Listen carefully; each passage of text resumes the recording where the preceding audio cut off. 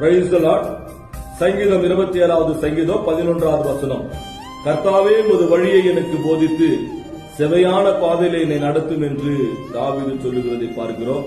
ஆம் பிரியமானவர்களே, எப்பொழுதெல்லாம் நாம் வழி விலகி போகிறோமோ அப்பொழுதெல்லாம் தேவனாய் கர்த்தர் நம்மை செவையான பாதையில நடக்க அவர் விரும்புகிறவராய் இருக்கிறார். தாவீது கூட பச்சைபலிடத்திலே பாவம் செய்து தேவனுக்கு விரோதமாய் தன்னுடைய வழியை நடந்தபோது நாத்தான் தீர்க்கதரிசியை கொண்டு தேவனாய் கர்த்தர் தாவீது வழியை செவ்வைப்படுத்தினார் என்று பார்க்கிறோம். சங்கீதம் 139வது சங்கீதத்திலே 24வது வசனத்திலே வேதனை உண்டாக்கும் வழி என்னிடத்தில் உண்டோ என்று பார்த்து நித்திய வழியை நடத்தும் என்று தாவீது சொல்லுவதை பார்க்கிறோம்.